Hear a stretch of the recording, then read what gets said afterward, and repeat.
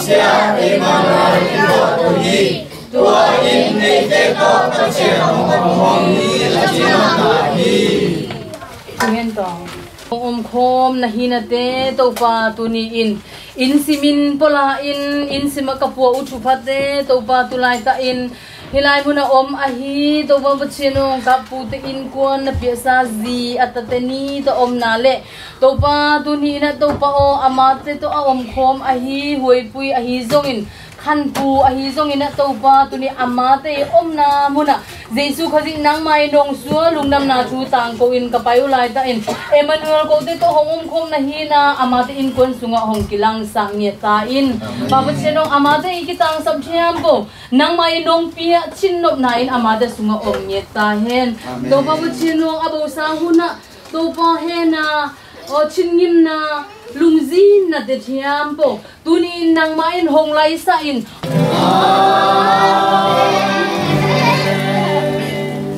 lung nam nam na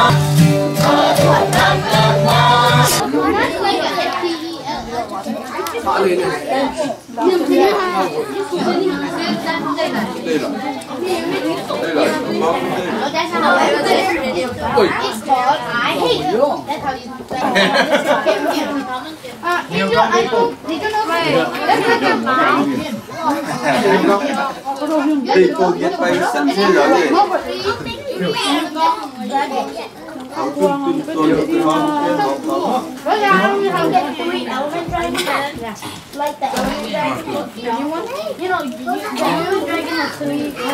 You know what kind I have? It was like remember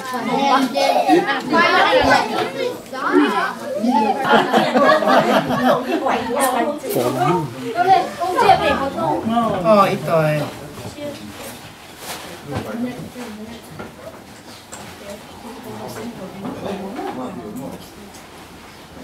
em muốn đâu cặp tiêu phải nhiều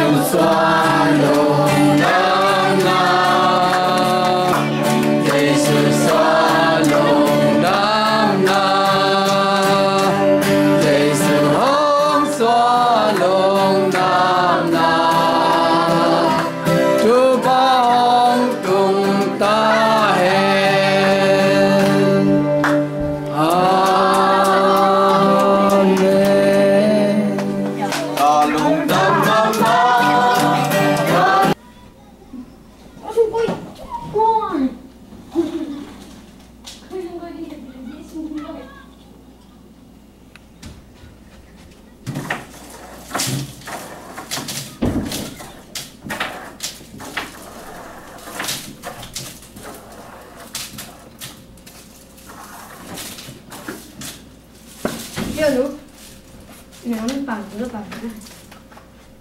super hỏng bay nó không biết tôi bằng có tặng khát hầu đây đâu nằm á chủ trên cuồng tỏi nhá nằm một căn nó tỏi tạo nó tăng lên sọ lên chỉnh ngon phải thế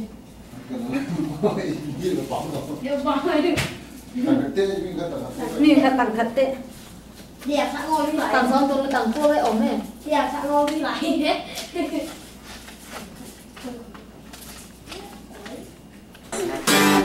Merry Christmas to you all. Nó con đi. Giêsu ông xô dâu. Giêsu ông xô dâu. Giêsu ông xô dâu. Nang lê kê a tu in ông xô. Tu gian bè lên. Quy ăn nhà nhà. Quang sung a ông xô dâu. Bài hương ba địa tổ.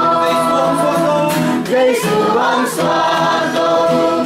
Giêsu ông xô dâu. Nang lê kê a tu in ông xô. Tu gian bè lên. Quy ăn nhà nhà.